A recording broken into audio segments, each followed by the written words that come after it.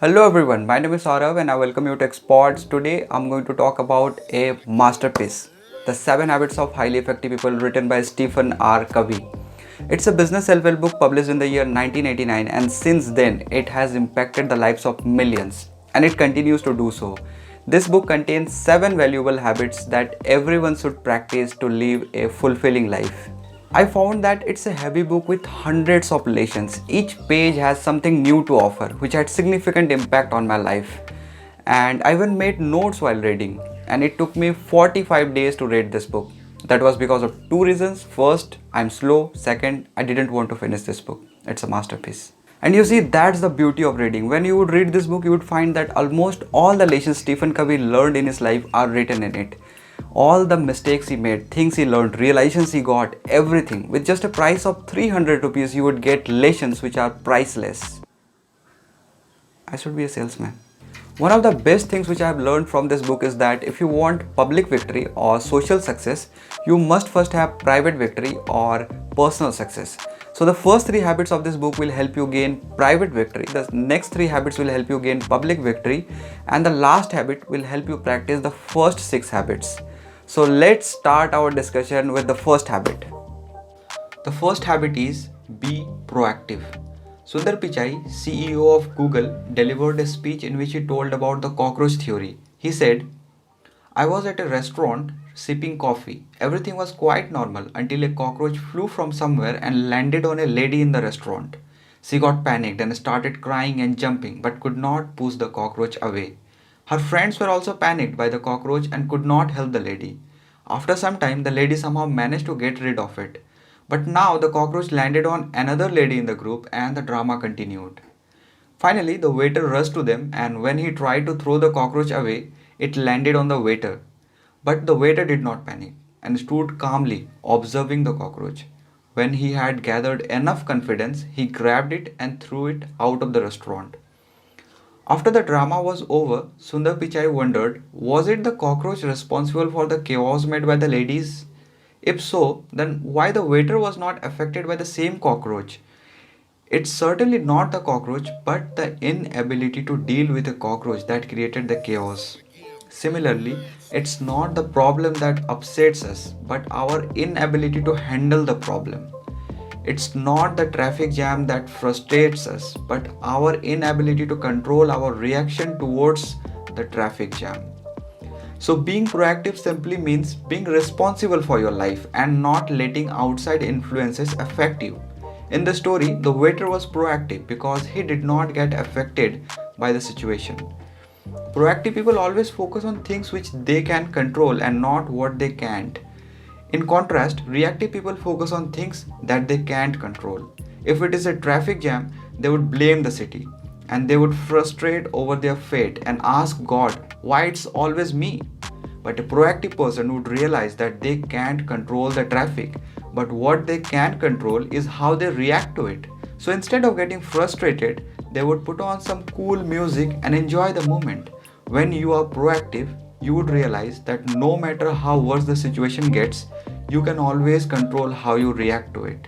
So habit 1 says be proactive. The second habit is begin with the end in mind.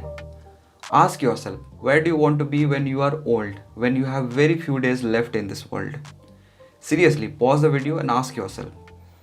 I'm assuming you have the answer. It can be anything. I want to be a successful entrepreneur and a billionaire, or I want to have traveled to 100 plus countries, or I want to publish more than 10 best-selling books, anything. Knowing where you ultimately want to go in life and then start working on it is the second habit. Why is this important? Because many a time we work hard in our life, we work smartly, we remain dedicated and devoted and do everything which is needed for achieving a goal.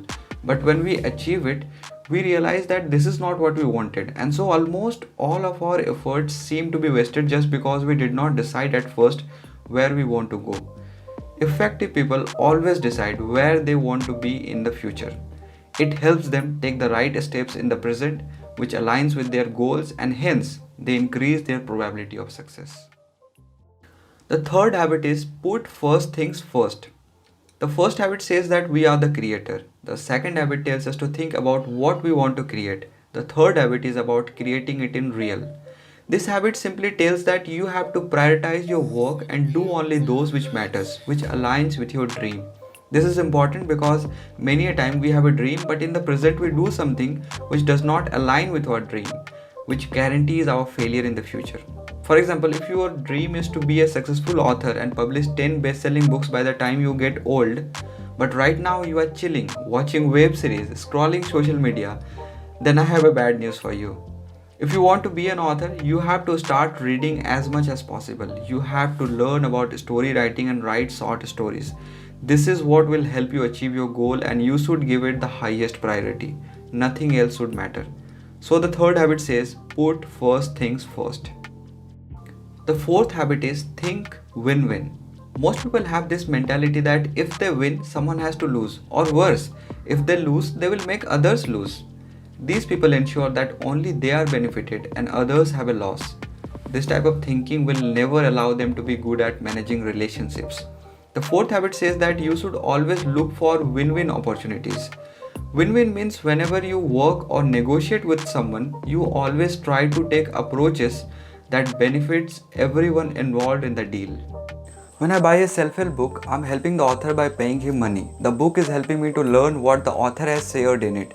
This is a simple example of win-win situation. I'm making this video which is helping you get an idea about what the book 7 Habits of Highly Effective People is about. It's helping me to remember what I have learned and also improving my speaking skills. It's also helping the book because it's getting free promotion. So it's a win-win situation for everyone. Similarly, you have to look for win-win opportunities in relationship and business which benefits everyone involved in the deal. This is the fourth habit of highly effective people, think win-win. The fifth habit is seek first to understand, then to be understood. All our life we have been taught how to speak well, how to communicate our ideas. But what we were never taught is the ability to listen, the ability to understand others. And this causes problems in managing relationships and businesses. The fifth habit is one of the most effective ways to manage our interpersonal relationships. This says that first you have to listen attentively and then you should share your views or give advice. When you listen properly, you would know exactly what the person means, understand them well, and give the right advice. Now, listening does not just mean focusing on the words, because Dr. Albert Mehrabian, a behavioral psychologist, found in a research that only 7% of what we communicate is done through words, 38% through our tone of voice, and the rest 55% through our body language. This is called the 7-38-55 rule, which he wrote in his 1971 book Silent Messages. Now you see, if you focus only on words, you would understand only 7% of what they are saying, because the rest 93% is communicated non-verbally through tone of voice and body language. So remain very attentive, understand what the person in front of you is saying, then speak your point, and it would help you improve your interpersonal relationships. The sixth habit is SYNERGIZE. Synergy is simply defined as a method of working in which two or more people working together produce greater results because of their combined effort than what they could have achieved individually. Algebraic mathematics says that 1 plus 1 is equal to 2, but in synergy 1 plus 1 can be 3, it can be 10, it can be 100. It all depends on the level of synergy. We might have studied in our school, bees collect their food from the flowers, so flowers help the bees, and at the same time, the bees help the flowers in fertilization by the process of pollination. This is a natural example of synergy where the bees and the flowers produce more than what they could have achieved individually. This sixth habit can help you get the maximum out of your relationships and your team. But synergy needs high trust, a win-win mentality, and the ability to listen and understand each other. Once you have all this, you would make 1 plus 1 greater than 2. The seventh and the last habit is sharpen the saw.